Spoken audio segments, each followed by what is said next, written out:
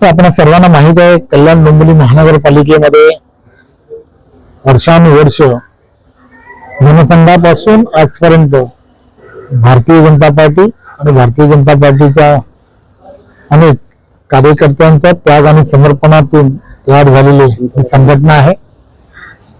विश्व हिंदू परिषद आणि त्याचबरोबर बजरंग दलाच्या कडवट अशा हिंदुत्ववादी विचाराच्या असणाऱ्या कार्यकर्त्या, त्याचबरोबर भारतीय जनता पार्टीच्या त्या जिल्ह्याचे अध्यक्ष सौ रेखा राजन चौधरी या आणि त्याचबरोबर डोंबिवली शहरामध्ये संघाचं घर म्हणून ओळखलं जाणारं नवरे कुटुंब आणि त्या कुटुंबातील असणाऱ्या सौ आशावरी नवरेताई या अशा दोन जणी या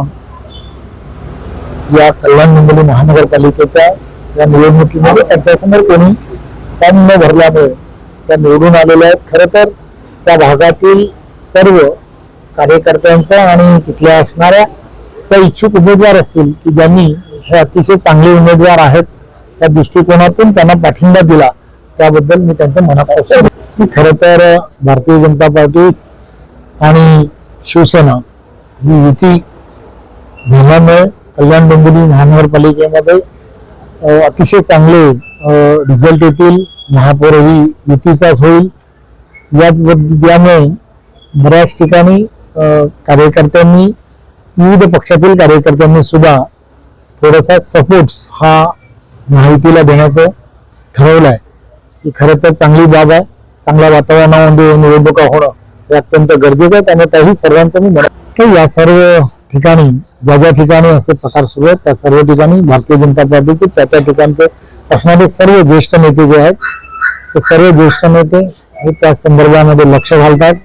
खरं तर कार्यकर्त्यांच्या निवडणुका आहेत. अनेक कार्यकर्त्यांना खरं तर उमेदवारी न मिळाल्यामुळे वर्षानुवर्ष काम करत असतात, त्यामुळे थोडीशी नाराजगी असते. परंतु भारतीय जनता पार्टीचा कार्यकर्ता हा राष्ट्रप्रथम त्यानंतर पक्ष या भूमिकेत काम करणारा आणि समर्पित भावनेतून काम करणारा कार्यकर्ता असतो. त्यामुळे आमच्या सर्व कार्यकर्त्यांची आम्ही नक्कीच समजूत घालू आणि पुढे आम्हाला जे काम महाराष्ट्राच्या विकासाच्या दृष्टिकोनातून पुढे न्यायचं आहे देवेंद्रजींच्या नेतृत्वात, त्यामध्ये आम्हाला यश